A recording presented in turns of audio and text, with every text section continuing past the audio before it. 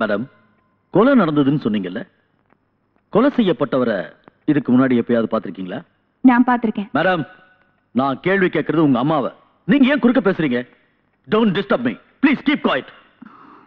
Sorry. Okay. Madam, நீங்க சொல்லுங்க. நான் பார்க்கல. மேடம், கொலை நடந்தப்போ டைம் என்னன்னு சொல்ல முடியுமா? சுமார் 9:30 மணி இருக்கும். அந்த நேரத்துல நீங்க அங்கேயே வந்தீங்க? நான் ஸ்கூல் டீச்சர். அனாதை பசங்களுக்கு டியூஷன் எடுத்துட்டு வந்துட்டு இருந்தேன். மேடம், கொலை செய்யப்பட்டவரோட கையில கத்தி, அருவா, ரிவால்வர் இப்படி ஏதாவது இருந்ததா? மேடம், கம்ப்ளைண்ட் கொடுத்துட்டு இப்படி சும்மா உட்கார்ந்திருந்தா எப்படி? இது பெரிய கேஸ். தைரியமா சொல்லுங்க மேடம், தைரியமா சொல்லுங்க. சொல்லுங்க. கையில கத்தி இருந்தது. மர்டர் ஆனது ரயில்வே ட்ராக்லன்னு சொன்னீங்க. நீங்க எந்த பக்கத்துல இருந்து வந்துட்டு இருந்தீங்க? அப்ப ஏதாவது ட்ரெயின் பாஸ் ஆச்சா? அது என்ன ட்ரெயின்? எக்ஸ்பிரஸா, கூட்ஸா, பேசஞ்சரா? இல்ல வந்துட்டு இருந்தது ஆகாயத்துல இருந்து பூமிக்கு சந்திரலோக எக்ஸ்பிரஸ். யோ, அவங்க ஒரு டீச்சர், ரயில்வே ஆபீசர் இல்ல. கம்ப்ளைண்ட் கொடுத்ததுக்கு அப்புறம் கூட ஏன் இப்படி சுத்தி வளைச்சு கேள்வி கேக்குறீங்க? என்னடா மொத்த பாத்துட்டு இருக்க ராஸ்கல், ஒழுங்கா எழுதுறா. மேடம், இங்க பாருங்க, ஒரு சின்ன லூப் ஹோல் இருந்தா கூட நீங்க தைரியமா கொடுத்த கம்ப்ளைண்ட்டுக்கு அர்த்தம் இல்லாம போயிடும். அதனாலதான் இதெல்லாம். ஒருவேளை உங்களுக்கு தொந்தரவா இருந்தா சொல்லுங்க, இன்னொரு நாளைக்கு வந்துட்டு போறேன். தயவு செஞ்சு வராதீங்க, அதுவும் இந்த மாதிரி நேரத்துல வராதீங்க.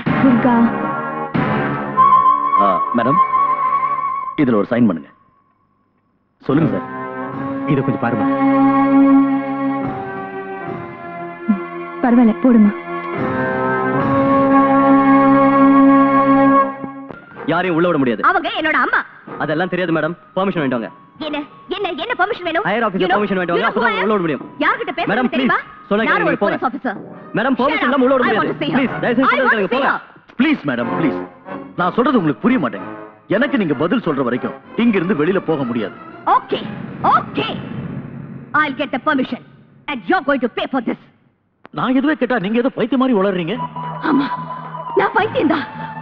ஊர் வம்பெல்லாம் எனக்கு எதுக்குன்னு சும்மா இருக்காம இந்த ஊரை ஒழுங்குபடுத்தணுங்கிற எண்ணத்துல அவங்க பெரிய மனுஷங்கன்னு தெரிஞ்சு உங்ககிட்ட போய் கம்ப்ளைண்ட் கொடுக்க வந்தேன் பாருங்க. நான் பைத்தியம்தான். பூசாரி பக்தனை மறக்கலாம், அரசியல்வாதி நாட்டை மறக்கலாம், ஆனா போலீஸ்காரங்க மட்டும் உங்க கடமையை மறக்க மாட்டாங்கன்னு உங்களை மலை போல நம்பி நியாயம் கேட்க வந்தல்ல. நான் பைத்தியம்தான்.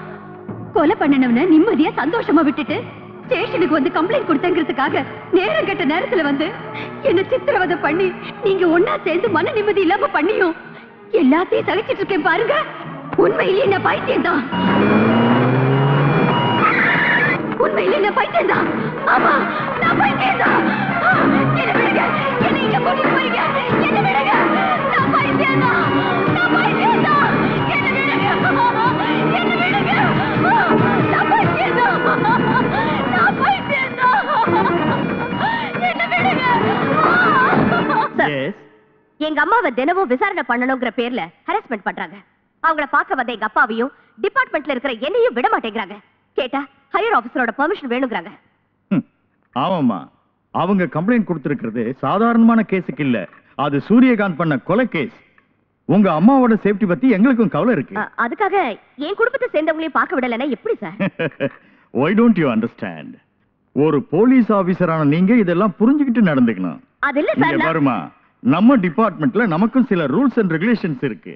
இங்க டியூட்டிங்கிற கமிட்மெண்ட்டுக்கு மதிப்பு கொடுக்கணுமே தவிர குடும்பங்கிற சென்டிமெண்ட்டுக்கு மதிப்பு கொடுக்க கூடாது. Please cooperate. என்ன விட்டுடுங்க. ஐயோ, என்ன விட்டுடுங்க. இன்ஜெக்ஷன் எதுக்கு? எனக்கு இன்ஜெக்ஷன். எனக்கு எதுவும் ஆகல. என்ன விட்டுடுங்க. எனக்கு எதுவும் ஆகல. என்ன விட்டுடுங்க. எனக்கு இன்ஜெக்ஷன் வேண்டாம். ஐயோ, எனக்கு வேண்டாம்.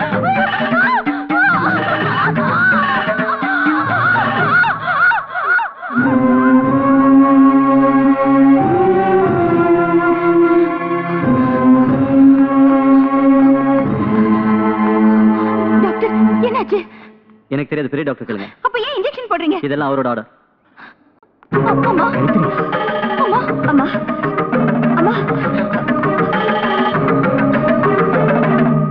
உண்மை நிரூபிக்கப்படக்கூடாது, சாட்சியத்தை பொய்யாக்கணும். காயத்ரி சந்திரசேகர் பைத்தியம் ஆகக்கூடாது, ஆனா பைத்தியம் நிரூபிக்கணும். எக்ஸாக்ட்லி. பெரிய ஆளுங்க செய்யற குற்றத்தை பாக்குறது மட்டும் தப்பு இல்ல, சாட்சியா கேஸ் போட்டு கோர்ட் வரைக்கும் வந்தது கூட தப்புன்னு அவங்க உணரணும். அதுக்கு பிராய்ச்சித்தமா இந்த கேஸை வாபஸ் வாங்கணும். அதை நாம 2 பேரும் பண்ணி காட்டணும். You rascal!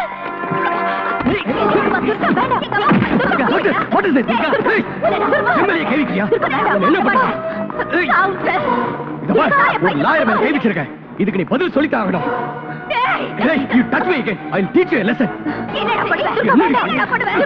எங்க அப்பாவுக்கு ஏதாவது ஆச்சு உன்னை நான் உயிரோட விட மாட்டேன்.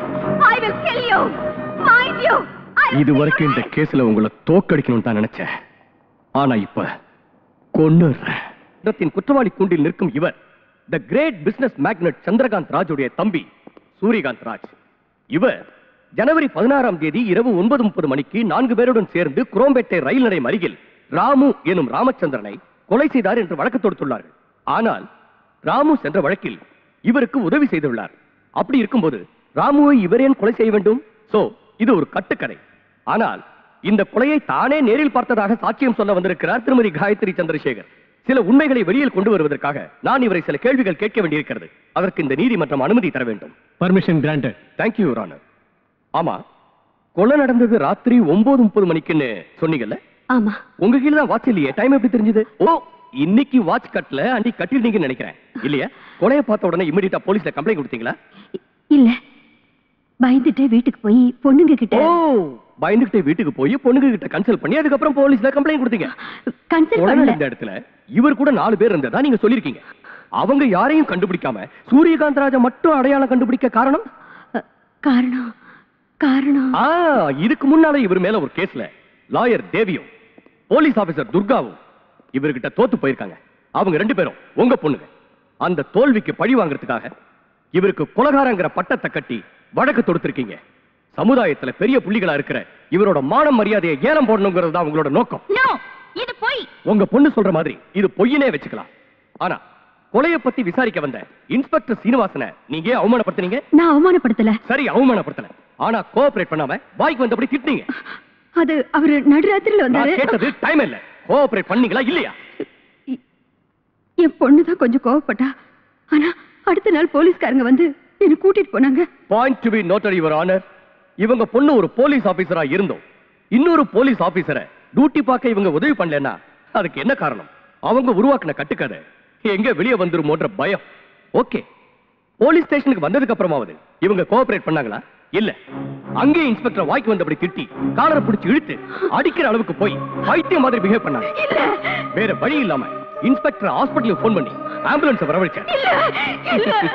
இது சம்பந்தமா இன்ஸ்பெக்டர் சீனிவாஸ் அவர்களை விசாரிச்சா you will know the truth.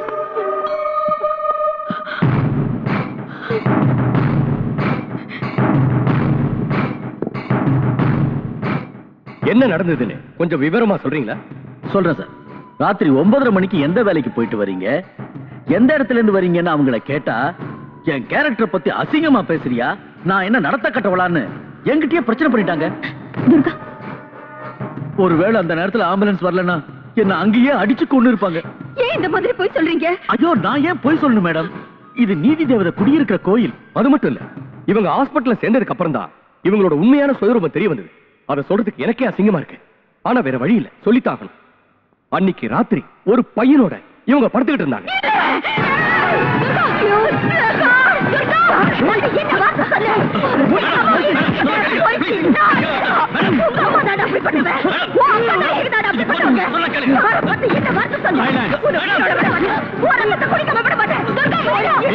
அவங்களை வெளியே எழுதிட்டு போங்க.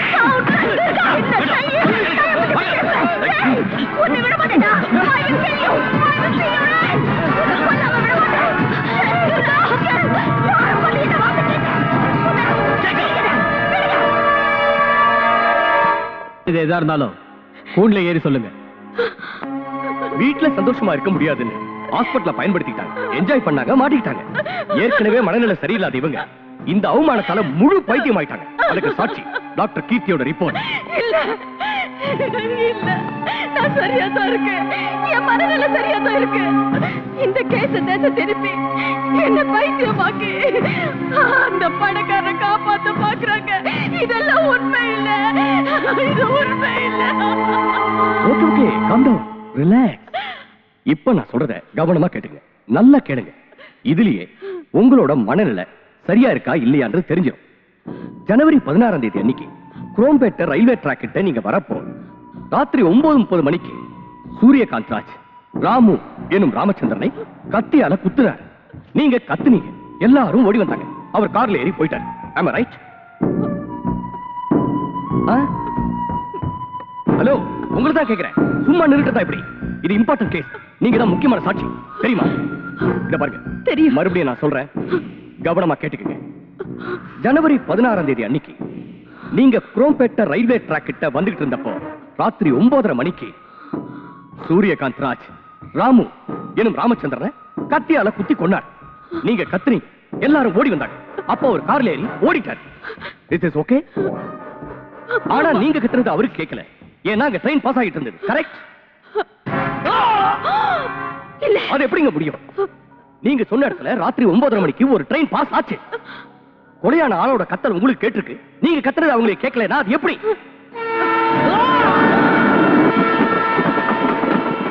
ட்ரெயின் பாஸ் ஆயிருக்கலாம். பாஸ் ஆயிருக்கலாம். ஒரு தடவை இல்லங்கறீங்க, ஒரு தடவை இருக்குங்கறீங்க. சரி, அவங்க கார்ல ஏறி போனாங்கல்ல, ஒருத்தர் தான் போனாரா இல்ல வேற யாராவது போனாங்களா? பை.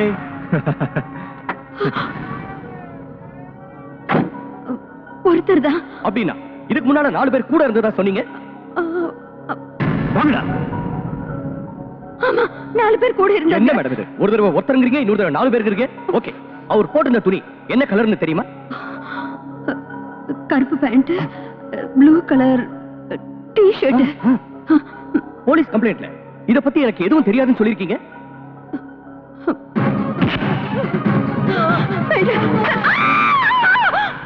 நான் சொன்னது நேத்து ராத்திரி நடந்தது. இது நடந்தது ஜனவரி 16ஆம் தேதி. ஆனா இப்போ இவர் கொலை பண்ணது நேத்து ராத்திரின்னு சொல்றாங்க. பாத்தீங்களா? ஒரு தடவை ட்ரெயின் போச்சுங்கறாங்க, ஒரு தடவை போகலங்கறாங்க, ஒரு தடவை ஒருத்தருங்கறாங்க, இன்னொரு தடவை 4 பேருங்கறாங்க, ஒரு தடவை நடந்து போனாங்கங்கறாங்க, இன்னொரு தடவை கார்ல போனாங்கங்கறாங்க. இப்போ இவரை நேத்து ராத்திரி பார்த்தேன்னு சொல்றாங்க. இதுல இருந்து இவரோட மென்டல் ஸ்டேட்டஸ் என்னன்னு தெரியுது. இந்த மாதிரி சாட்சியை நம்பி ஆதாரம் இல்லாத இந்த கேஸை கோர்ட் வரைக்கும் கொண்டு வந்தது it is a mere waste of time. ஏடா, இவங்க கண்ணு பாக்குறது ஒண்ணுனா மனசுல நினைக்கிறது வேற ஒண்ணு. யாராவது கை நீட்டி சத்தமா பேசினா சண்டை நினைச்சுக்கிறாங்க. ஒருத்தருக்கு ஒருத்தர் விளையாட்டை விரட்டிட்டு போனா அது குத்துறதுக்குங்கிறாங்க. ஒருத்தருக்கு ஒருத்தர் தொட்டு பேசிக்கிட்டா அது அடிதடி சண்டைங்கிறாங்க. டொமேட்டோ சாஸை பார்த்து ரத்தம் நினைக்கிறாங்க. அசையாம படுத்திருந்தா அதை சவங்கிறாங்க. ஒரு ஆணும் பெண்ணும் பேசிக்கிட்டு இருந்தா அது தகாத உறவுன்னு சொல்றாங்க.